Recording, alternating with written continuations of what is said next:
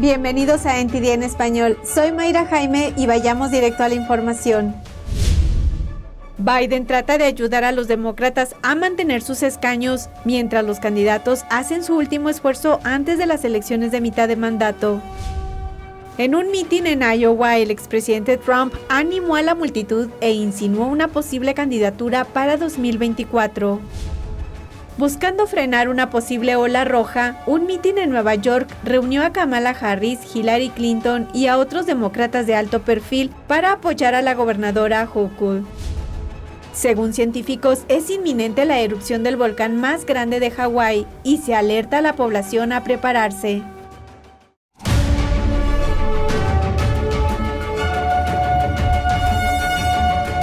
Los políticos hacen su último esfuerzo antes de las elecciones de mitad de mandato del próximo martes. Veamos algunos de los momentos más destacados. En Georgia, la contienda clave por el Senado es una cara o cruz, a pesar de que el demócrata Raphael Warnock gastó más que su contrincante republicano Herschel Walker.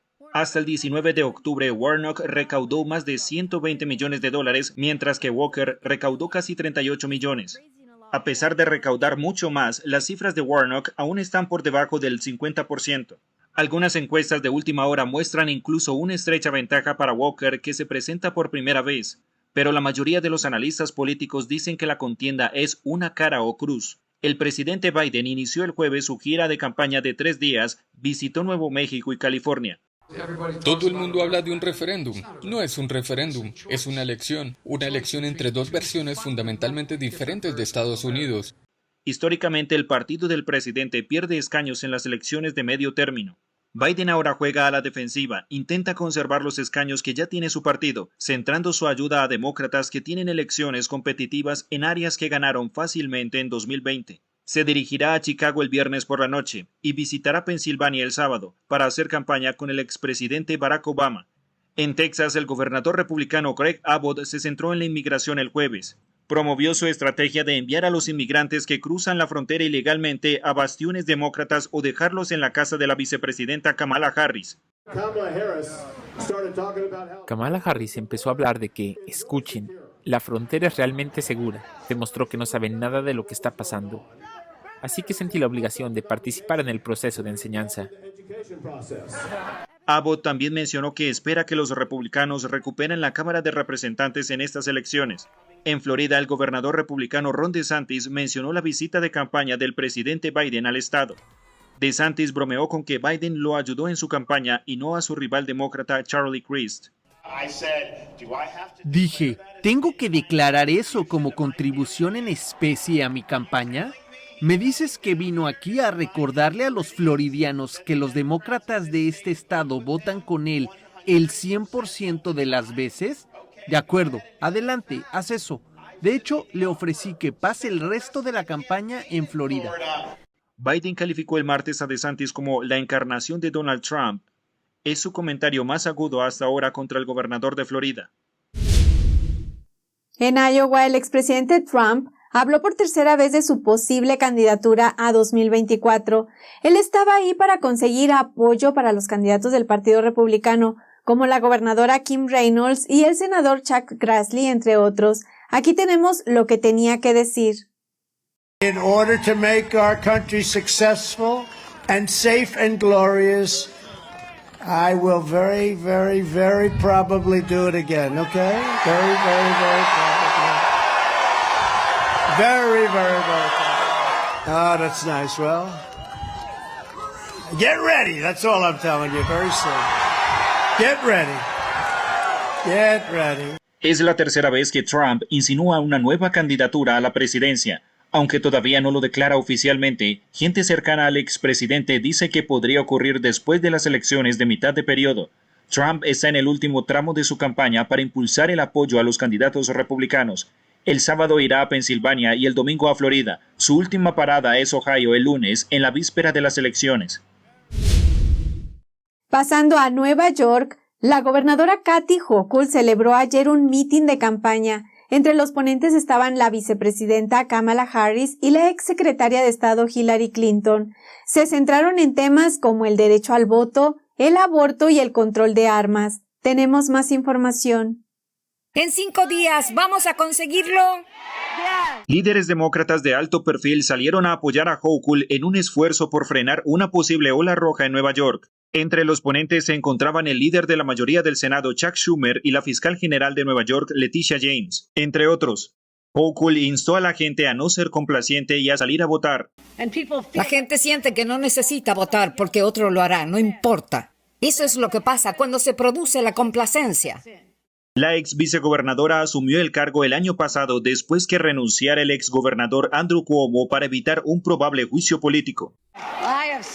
Tengo hierro corriendo por mis venas debido a quién soy y de dónde vengo. Vengo de Buffalo, Nueva York. Soy una luchadora. En un discurso de 12 minutos, Hochul se centró sobre todo en el derecho al voto y el aborto.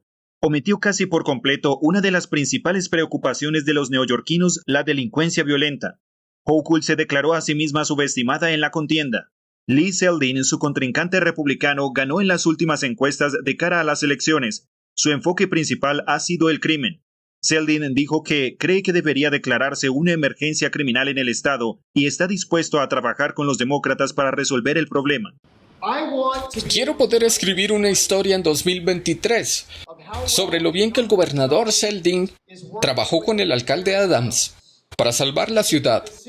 Nueva York tiene más del doble de demócratas registrados que republicanos. Hace 2 décadas que los neoyorquinos no eligen a un republicano como gobernador.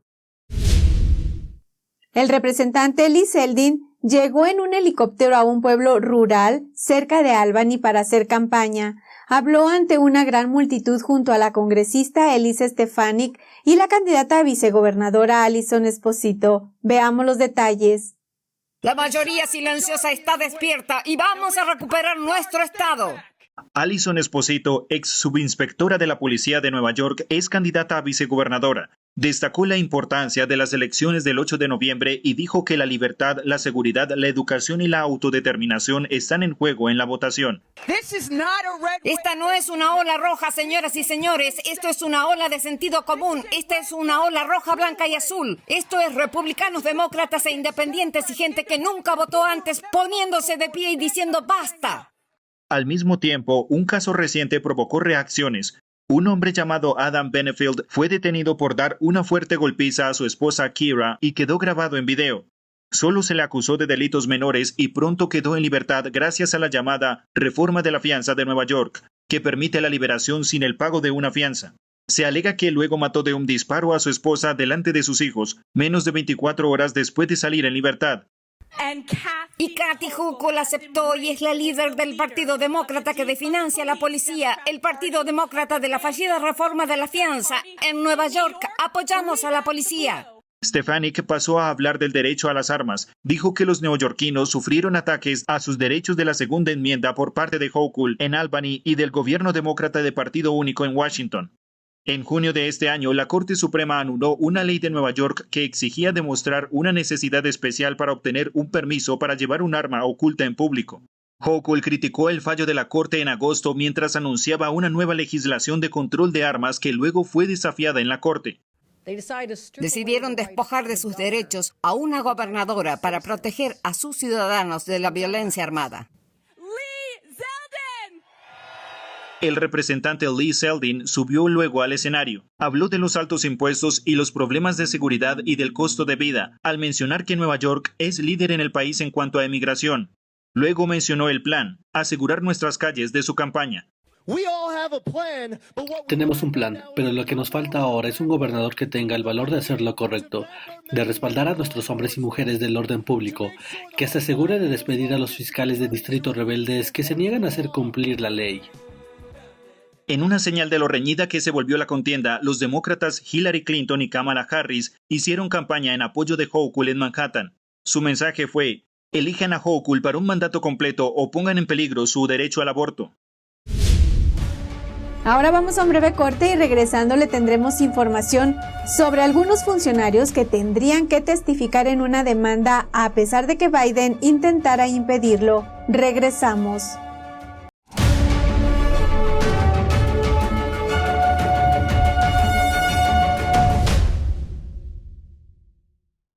Creo que informarse de verdad es más que solo conocer los hechos, es investigar, es buscar la verdad para ser libre. ¿Quieres saber más? ¿Quieres llegar a la fuente? Venga con nosotros al Descubierto, un programa donde no solo compartimos las noticias, sino que también vemos los hechos desde diferentes ángulos y de manera imparcial.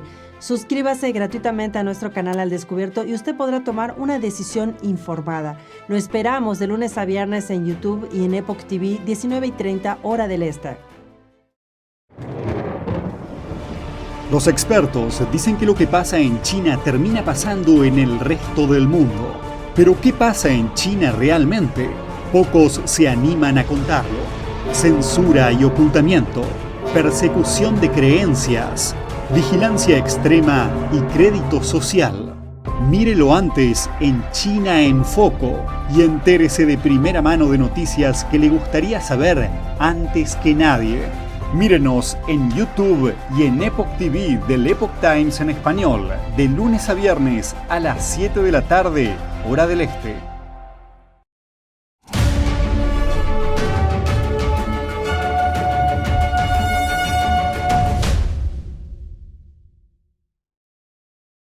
La administración Biden recientemente intentó impedir que algunos funcionarios clave testifiquen en una demanda que alega que existe una colusión del gobierno con las grandes empresas tecnológicas. Ahora un juez bloqueó su petición y ordenó que los funcionarios testifiquen. NTD habló con un abogado que cree que el caso tiene algún fundamento. Durante el verano, los fiscales generales de Missouri y Luisiana presentaron una demanda contra la administración Biden. Acusaron al gobierno federal de asociarse con los gigantes tecnológicos para censurar información sobre temas importantes de noticias, diciendo que era una violación a la libertad de expresión. Recientemente, el equipo legal de la administración Biden tomó algunas acciones para tratar de impedir que varios funcionarios clave testifiquen en el caso. Dieron la siguiente razón: los funcionarios de alto rango del gobierno se verían desviados de sus importantes obligaciones y sobrecargados tanto para preparar como para presentar una declaración. El miércoles, el juez de distrito Terry Doughty, nombrado por Trump, bloqueó su solicitud. Dijo que el interés de preservar la libertad de expresión supera significativamente los inconvenientes de tener que preparar un testimonio. Que la defensa esté demasiado ocupada no es suficiente. Hablé con David Coleman, asesor jurídico principal del Centro de Justicia de los Grandes Lagos, quien dijo que el hecho de que las cortes permitan que la demanda continúe significa que el juez considera que el caso tiene mucho fundamento. ¿Y qué pasaría si a la administración Biden se le encuentra responsable de este caso civil? Bueno, una de las cosas que puedes esperar es que Facebook y todas estas otras, Instagram, estas diferentes empresas ya no podrán suprimir y censurar el discurso de la forma en que lo han estado haciendo. Mientras se pueda mostrar un vínculo o conexión con el gobierno, entonces no van a poder salirse con la suya. Luego le pregunté qué pensaba sobre la censura de la llamada desinformación. Yo defendería la libertad de expresión de una persona con la que estoy totalmente en desacuerdo. Ellos tienen ese derecho, pero entonces yo tengo derecho a hablar y a refutar lo que dicen. Esa es la idea de la libertad de expresión. Es la batalla de las ideas y no tener que limitarse a un espacio seguro, porque alguien dijo una mala palabra que no me gusta. Es decir, ¿es una broma? Vamos, eso no es Estados Unidos. Nosotros tenemos este tipo de debates intensos y eventualmente la gente decide por sí misma, así que de eso se trata. Uno de los primeros funcionarios de la administración Biden en testificar sobre el caso sería el Dr. Anthony Fauci el próximo 23 de noviembre. Despiden a un ayudante de congresista por sus vínculos con el Partido Comunista Chino. Julián Bertone nos tiene más información. Adelante, Julián. Desde hace años, Estados Unidos acusa al régimen comunista chino de infiltrarse en suelo estadounidense. Desde el mundo empresarial hasta el académico, pasando por el militar y las instituciones gubernamentales. Su objetivo es hacerse con tecnologías y aumentar su influencia en la sociedad occidental. Esta semana, una ayudante del Congreso fue despedida por supuestamente trabajar para China. La asistente llamada Barbara Hamlet trabajaba para el representante Don Beyer. Al parecer se puso en contacto con varios miembros del personal del Congreso para intentar organizar reuniones en nombre de la Embajada China en Washington. Según la revista National Review, Hamlet fue despedida después de que sus gestiones fueran denunciadas al sargento de armas de la Cámara. En respuesta, el senador Marco Rubio dijo en un correo electrónico que el Partido Comunista Chino quiere establecer influencia sobre nuestro propio gobierno. La oficina del representante Beyer dijo que no estaba al tanto de las acciones de Hamlet. Al parecer, Hamlet se puso en contacto con personal tanto demócrata como republicano para tratar de las reuniones con la embajada china. En un momento en que los cruces ilegales de la frontera alcanzan cifras récord, nos adentramos en la vida cotidiana en la frontera. Un ranchero advierte que las consecuencias de una frontera insegura son profundas. Melina Weisskopf de NTD nos tiene más información. Oír esto a diario es algo habitual para John Ladd. La patrulla fronteriza sobrevuela su rancho buscando a los que cruzan ilegalmente en pleno día. Atraparon a uno, pero la búsqueda continúa para el grupo que vino con él. 2/3 de los agentes están destinados a otras zonas, así que no tenemos suficientes agentes para responder. Tenemos sistemas de cámaras y la tecnología de la patrulla fronteriza, así que probablemente saben que para el 85% de los que entran al país no hay nadie que los atrape. Esto es lo que ha pasado con Biden. También hay costos por la gente que cruza constantemente un rancho donde se cría ganado. Ladd nos dice que en los últimos 30 años ha gastado unos $100,000 al año en mantenimiento y en que el ganado pierda peso por ser perseguido por el campo.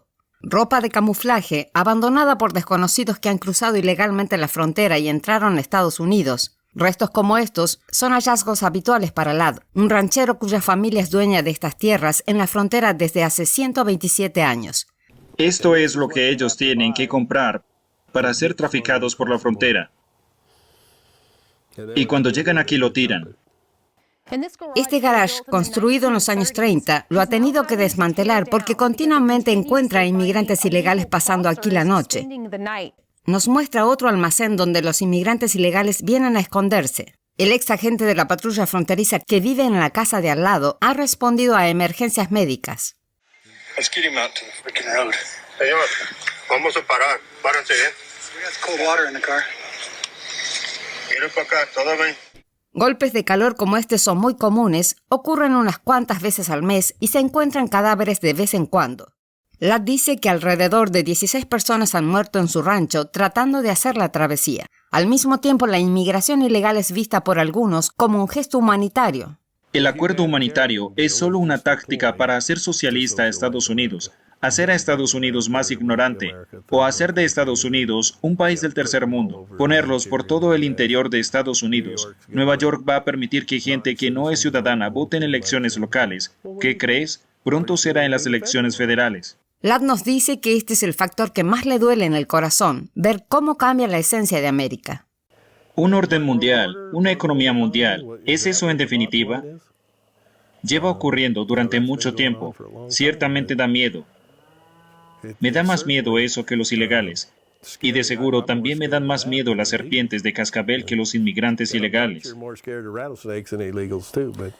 Nos dice que le preocupa que las administraciones pasadas y presentes no hayan hecho un verdadero esfuerzo para frenar la ola de inmigración ilegal. El muro de Trump fue de 20 millones por milla. Y como dije, estoy a favor de eso. Pero no funciona a menos que tengas botas en el terreno. Y hasta ahora eso no ocurre. Se ha gastado mucho dinero en ello y no ha tenido buenos resultados. Solo para la seguridad fronteriza de su rancho se han gastado cientos de millones de dólares. Y ahora la tecnología como estas cámaras de seguridad ni siquiera se están utilizando. Reportando desde Bisbee, Arizona, Melina Weisskopf, NTD Noticias. Pfizer y BioNTech están tratando de combinar la vacuna contra el COVID-19 con una vacuna antigripal de ARNM en una sola dosis. Hablamos con un experto que nos plantea sus dudas sobre la posible nueva vacuna. La empresa estadounidense Pfizer y su socio alemán BioNTech anunciaron el jueves que trabajan en una inyección de una sola dosis que contiene una vacuna contra el COVID-19 y otra para la gripe. Dicen que será su vacuna combinada basada en ARNM. NTD habló con el Dr. David Weissman, ex científico jefe de Johnson & Johnson y ex asesor de COVID-19 del senador estadounidense Ron Johnson. Dijo que combinar las dos vacunas entorpece la ciencia y ayuda a Pfizer. Hacer un seguimiento de los efectos secundarios. Monitorear la eficacia de estas cosas va a ser una completa pesadilla y solo beneficia a Pfizer el generar confusión con el problema que debemos aclarar. El tema que debemos estudiar, la seguridad de todas estas vacunas. Las empresas dicen que utilizarán la vacuna de refuerzo contra Omicron de Pfizer, también llamada vacuna BA4 y BA5. Este esfuerzo específico fue noticia cuando comenzó su distribución porque nunca se probó en humanos, solo en ratones. El Dr. Weissman dijo que podría no ser segura. Vamos a dejar absolutamente claro lo que son. Son vacunas de terapia genética. Secuestran tu cuerpo para producir la proteína de espiga. Pfizer no puede decirnos, la FDA no puede decirnos cuánta proteína de espiga produce, dónde la produce, durante cuánto tiempo la produce, y tú eres una fábrica controlada de proteína de espiga que, según todos los indicios, es altamente tóxica en muchos sentidos.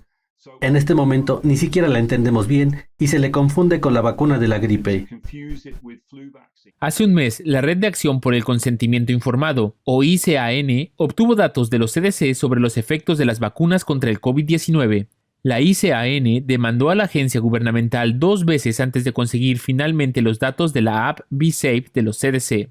Al parecer, 10 millones de personas compartieron un control de salud a BeSafe después de recibir una vacuna contra el COVID-19. La ICAN afirma que, de ellas, 2.5 millones de personas experimentaron problemas de salud que les hicieron faltar al trabajo o a la escuela. Eso supone un total de un cuarto, y casi 800,000 necesitaron una intervención en urgencias u hospitalización, es decir, alrededor del 12%. En total se notificaron aproximadamente 71 millones de casos con síntomas, lo que supondría una media de más de 7 síntomas por usuario de BeSafe.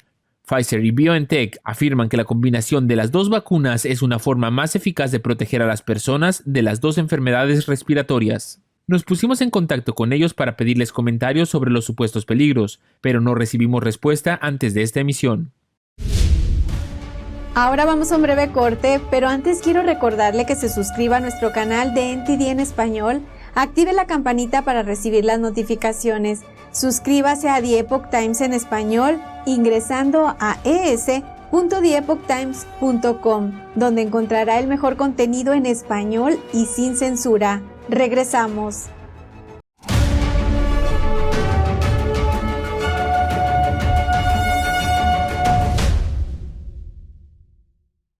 Saludos desde En Primera Plana, de NTD, el lugar donde buscamos respuesta a tus preguntas, donde tocamos los temas que importan, que impactan nuestras vidas, y no solo vamos a tocar la superficie. Nuestra misión es que tú entiendas profundamente lo que está ocurriendo en nuestras comunidades. Estamos aquí para que no te pierdas lo importante. Míranos en YouTube y en Epoch TV de The Epoch Times en español de lunes a sábado a las 10:30 de la noche, hora del este. Te esperamos. Hasta pronto.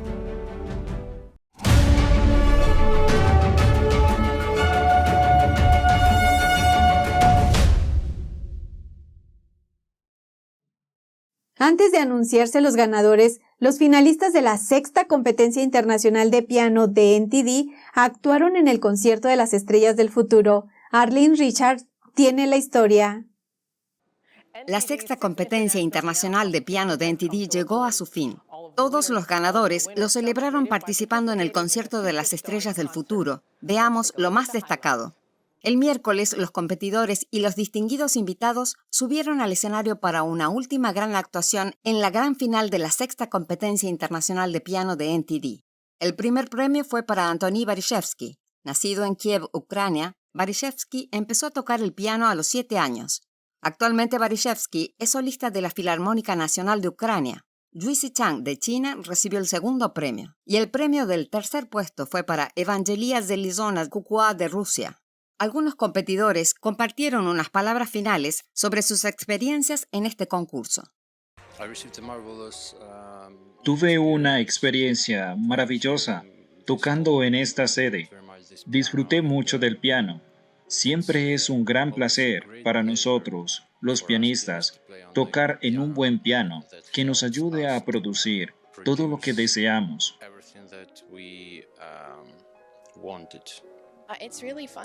Es muy divertido estar rodeado de otros músicos. Es genial estar en la ciudad, actuar en este gran teatro y crear nuevas oportunidades. Sí, creo que es muy inspirador y lo recordaré por el resto de mi vida. Los miembros del público expresaron su aprecio por la competencia y su misión. La música clásica es una de las más brillantes creadas en este mundo. y estaría realmente perdida para el mundo si no siguiéramos apreciándola y juzgándola, por así decirlo. Fue muy buena experiencia ver actuar a todas estas estrellas en ascenso, a los intérpretes. Puedes sentir la energía de sus habilidades irradiando desde el escenario. Fue increíble, de verdad. NTD expresó su especial agradecimiento a los artistas rusos de renombre mundial que subieron al escenario.